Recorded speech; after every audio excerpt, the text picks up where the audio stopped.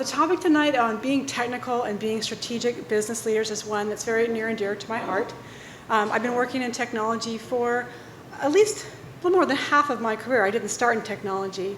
About 2 years ago, I started my own company. It's called Cirrus Identity. So we'll talk a little bit about that later. But I want to talk about different points in my career where there was an intersection between being technical and making a strategic business decision. See if that resonates with you, and talk a little bit about why technology and business, why is strategy important when we think about technology and business. For me, the most important thing about the strategy is because we want to create change. There's a delta that is important to us. There's a way things are and the way things we think should be, and we want to make that happen. So you may see a gap in the market. You may identify in your mind a product or a service that should be there that doesn't exist right now, and you want to build it. Or maybe you work in a company and there's some business processes that are totally broken that cause a lot of frustration for staff or for your customers who are using your services. And you want to apply technology and make that better. There's a path from where things are to where things need to be, and there's a lot of different obstacles in the way. And you need to be strategic in thinking about how do you either get around those obstacles or how do you plow through them. And the better you are at making those strategic choices, the more likely you will succeed and make a bigger, better change for your company or for yourself. So when we're out there making change in the world, there's a lot of different factors involved in our success. And the ones I wanted to highlight are the technology. I guess the slides didn't go so well with my transition either. Yourself and the context that you're working in.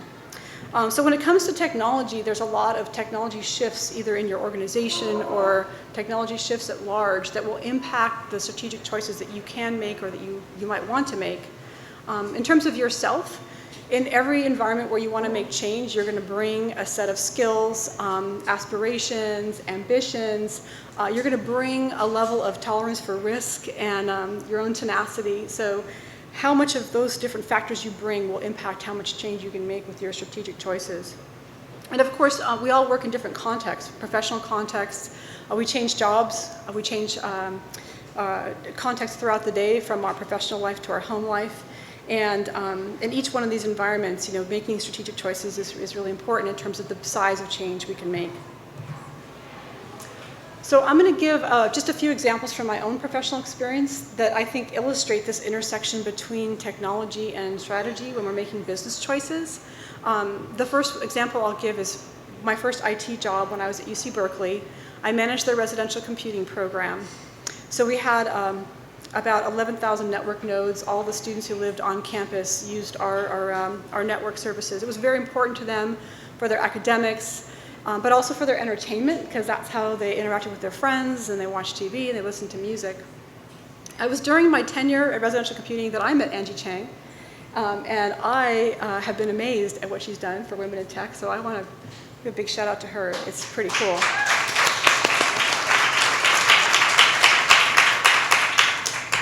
And I'm really grateful that she invited me to speak tonight.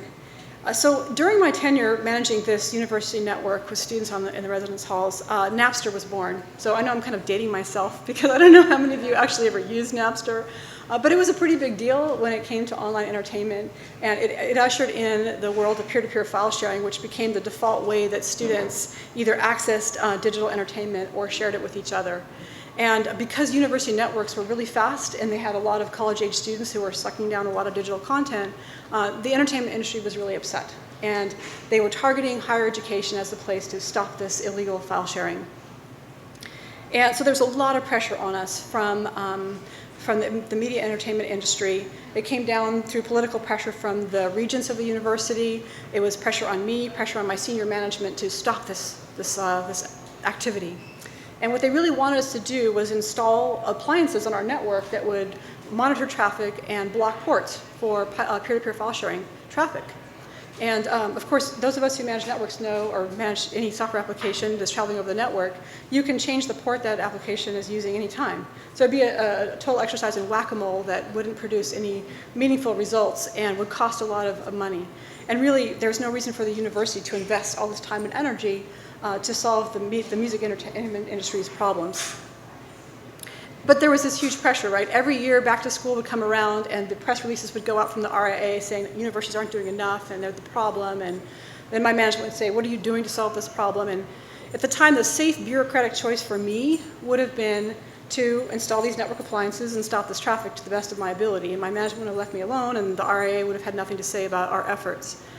But knowing that there was a sea change in the entertainment industry and that all the money I would put into implementing this technology would be useless and irrelevant 2 years, it didn't seem like a good strategic choice for me.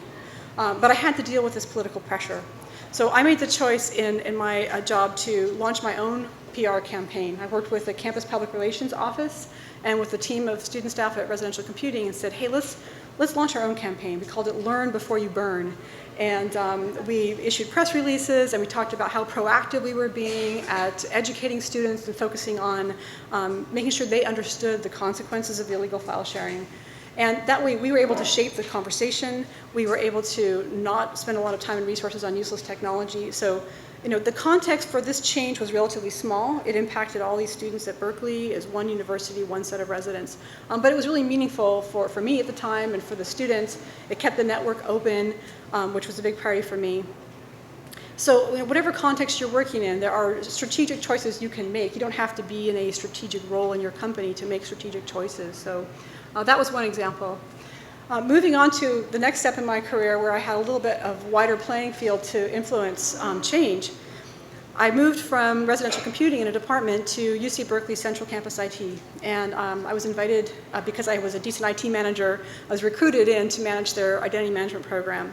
That's a very technical space, and it's very different technology than I was used to. So gone were conversations around bandwidth and traffic shaping and switches and routers, and now it was all about Kerberos and SAML authentication protocols and CAS and LDAP and things I'd never heard about before. So in terms of the self part of how I was able to impact change, it took a good 2 or 3 years for me to really understand the technology and to have my feet on the ground and be able to feel really confident in my work. But I persevered. There were days when I came home really very frustrated and not knowing if I was in the right place and time, but I stuck it out and got to a place where I actually was presenting on identity management at higher ed IT conferences. A major technology change that happened at this time was that Oracle acquired Sun Microsystems.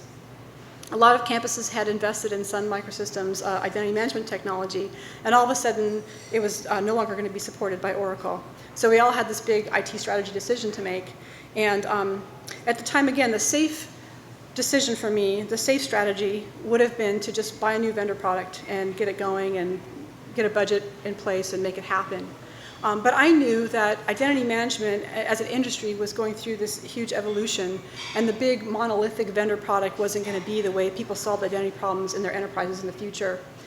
So it took a lot more effort to pitch something to my management that was a more modular, interoperable identity management solution, but it was totally worth it. And I was also able to partner with other universities building open source solutions that would fill some gaps so that we didn't have to pay vendors gobs of money for solutions that didn't work very well anyway. So again, I was able to kind of, within my context, make a decision around how to implement technology that I think had a broader impact than I necessarily might have had if I hadn't really thought forward. The last example I want to provide is kind of the recent transition I've been through. About 3 years ago, UC Berkeley decided that they were going to implement a new student information system. And this is a really huge strategic decision for a campus. Every student has to interact with this, and the people who support the students as well. The project is going to take years to complete, tens of millions of dollars. For me, as the identity management lead, it would be a lot of user provisioning, authentication, authorization, just a ton of my time, 50 to 75% of my time dedicated to this one effort, making sure it was a success. And that would have been an incredibly important thing for the campus. At that point, though, for me, it wasn't big enough for what I wanted to do. The change I wanted to make in the world, I couldn't do it in my context at university anymore. At that point, I'd been working with other colleagues across higher ed. I knew that there was a market need across the industry that I could fill. The other thing is that a huge technology change around this time, higher ed, just like lots of industry, they didn't want to build stuff anymore. They want to buy stuff that's built and run in the cloud. And so my career had been building teams, building products, and providing services, and that's super fun to me. So I didn't want to become a vendor relationship manager. I think they're super important, and I love them now as a vendor when I'm dealing with awesome vendor relationship managers on campuses, but it just wasn't what I wanted to do. So the only way for me to affect the change I wanted to affect and to really to do the work I wanted to do was to leave my cushy university job with an awesome pension and build cloud-hosted identity solutions. So I started my company, Cirrus Identity, 2.5 years ago. And we launched our first product last April.